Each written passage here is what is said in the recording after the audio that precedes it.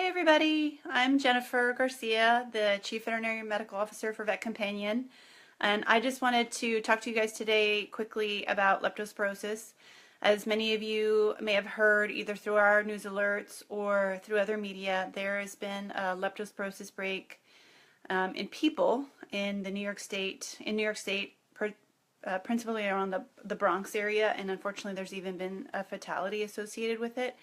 And so I just wanted to kind of touch base with you guys about that today and let you know, or just review things with you in terms of what we should be looking for when we talk to our patients or to our clients about the possibility of leptospirosis. As veterinarians, we're often the first line of defense to a lot of zoonotic diseases, and so it's critical that we remain vigilant to these diseases like this, like leptospirosis. So when we're talking about lepto, unfortunately, the disease signs can be fairly vague. They can be anything from just lethargy to just weight loss, anorexia. Sometimes these patients will have fever, abdominal pain, muscle pain. Sometimes they'll have very pronounced PUPD. So, all of those things taken together are potential things that we need to be considering as a potential for leptospirosis. And obviously in a lot of those patients, when you just have these vague clinical signs, chances are you're just going to do a minimum database, and things you might expect to see in those patients, maybe a neutrophilia. The primary organ systems that are involved, as we all know, are going to be either kidneys or liver. And sometimes in patients that have, depending on the disease or the serovar that they're infected with, they can actually have involvement in both organ systems. And so obviously if you live in an area where leptospirosis is a potential concern, or you have a patient who is at risk and you have these changes in your chemistry panel and with those clinical signs, it's definitely something that you should consider testing for. And when I say risk of exposure, I think that gets a little bit complicated because I think a lot of owners consider if they live in a very urban environment that their dog may not necessarily be at risk for exposure. But I swear to you that I have diagnosed it in Yorkies and miniature Schnauzers and Maltese dog, yes, even a Maltese dog that live very pampered lives and are primarily indoors. But if they go outside and they go even into a backyard, if they've ever seen wildlife in that backyard, it's entirely possible that they could be at risk. And so if there's puddles, if there's bird baths, any standing water where they would be at risk for contamination, any contaminated soil, contaminated food, any of those areas. So dogs that are in rural environments and urban environments can absolutely be at risk for exposure. And so that's definitely something that you need to counsel your clients about and tell them, like, if you've got these changes, this is still definitely a disease that we should be considering because they're potentially at risk as well, and their family. So the most common testing that we do is going to be serology. The microscopic agglutination test is still the test of choice. And sometimes if you're lucky, you can get away with a diagnosis just on a resting titer.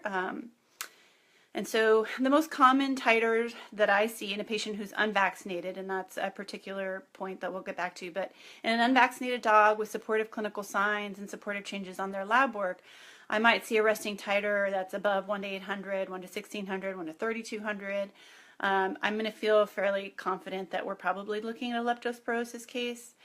If I don't have a titer that's very elevated, then you're going to want to get a second titer 1 to 2 weeks later.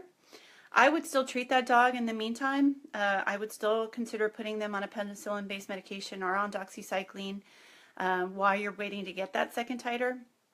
And I would still counsel the clients in terms of their risk of exposure or not, making sure that they wash their hands, if they handle any bodily fluids, any vomit, any urine, any feces, anything like that. And then you'll get another titer 2 weeks later and see kind of where you're at. Now, if the patient's had vaccines, then obviously your resting titer may be more elevated.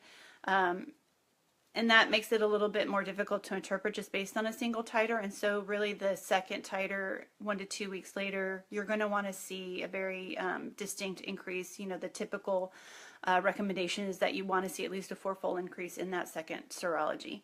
So if if vaccine's involved, that makes it a little bit more difficult, but if you've got a fourfold increase, you're probably still looking at a leptospirosis case. The other testing that's available now is polymerase chain reaction testing, and that's PCR testing.